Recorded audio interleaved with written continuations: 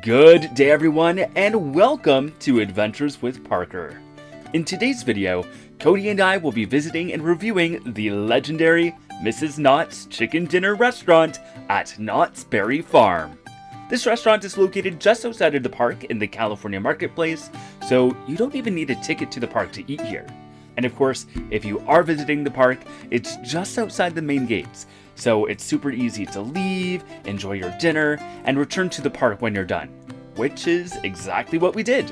We ate here during our visit back in June of 2024, and I would have included this in the main vlog, but I think this place is deserving of its own spotlight. So without any further ado, let the Knott's Chicken Dinner adventures begin.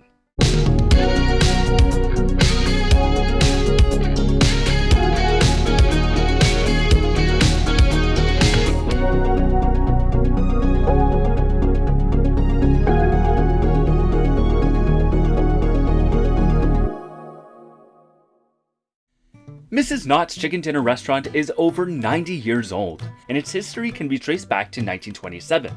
It was in that year that Walter Knott established a berry market called Knott's Berry Place, located on Grand Avenue in Buena Park.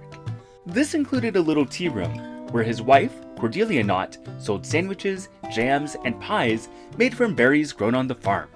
Like many American families, the Knotts struggled through the Great Depression. That is, until Cordelia got an idea in 1934 that would change everything. On a June evening, Cordelia made 8 fried chicken dinners for her tea room guests. Served alongside salad with rhubarb, biscuits, vegetables, mashed potatoes with gravy, and berry pie on the family's wedding china, the dinner cost 65 cents. Walter said that the moment was the turning point in their economic life, and was what set Knott's Berry Farm on the trajectory to become the park that it is today. Word spread of this delicious fried chicken, and soon, people were flocking to the little farm and tea room in Buena Park. The small dining room originally sat 20, and in 1935, they expanded it to 40, only to have to expand it again the following year to accommodate 70. Cordelia's little tea room had become a full-fledged restaurant, and when they expanded it to seat 350 guests, they assumed that it would be large enough that people would no longer have to wait. Of course, this couldn't be further from the truth. It wasn't uncommon for people to have to wait over 3 hours for a table. So, to give people something to do, Walter Knott came up with some ideas to entertain the guests, including antique music boxes, a rock garden, a small volcano, and eventually, the famous ghost town that would become the theme park we know and love today. Today, the restaurant has 3 distinct dining rooms, and each one is filled with fun memorabilia and family history that allows guests to step back in time into Cordelia's pantry. In all of them, guests have a chance to try the same fried chicken recipe that Cordelia pioneered so many years ago.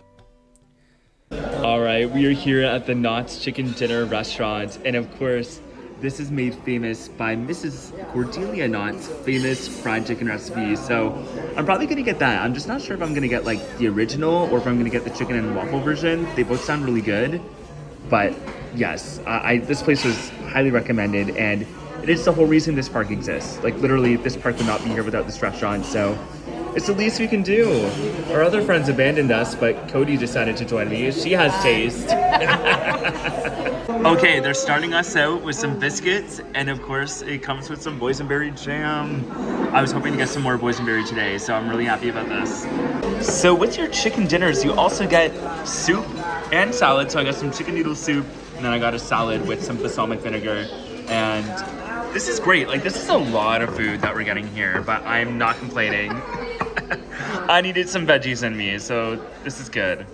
All right, the main course has arrived. I got the fried chicken and waffle, as well as a side of corn. Cody, you got the, what did you get? Just a classic chicken dinner? Chicken with mashed potatoes and cabbage. Very nice. This looks so good. Gee willikers, that's some good gravy. Well, we've come to the final course. You get a choice of dessert. You can get boysenberry pie or apple pie. Of course, I am living the boysenberry fantasy. It is boysenberry everywhere, all at once for me. So I got the boysenberry pie. And we still got this bread thing too. But this looks delicious, so let's dig in.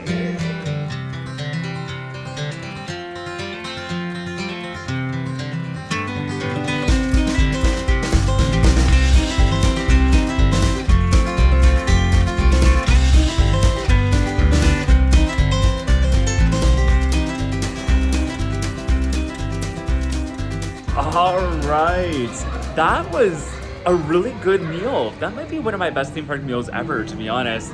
And it was kind of nice to take a break from the park and sit down and relax, enjoy some food, soak in some history, and I'm so full. Like, I can barely move right now. I am stuffed to the brim. And honestly, for 26 bucks, that's how much we paid. It was $26 for mine, $26.50 for the dish that Cody got, and the fact that we got soup, salad, biscuits with jam, dessert, everything all included. It was so much food, so the value was really good. So unless you are really trying to save on time, or in the case of my friends, they really wanted to use their dining voucher on their dining plan, there's really no reason not to do the chicken restaurant when you visit Knott's. It is, there's not a reason.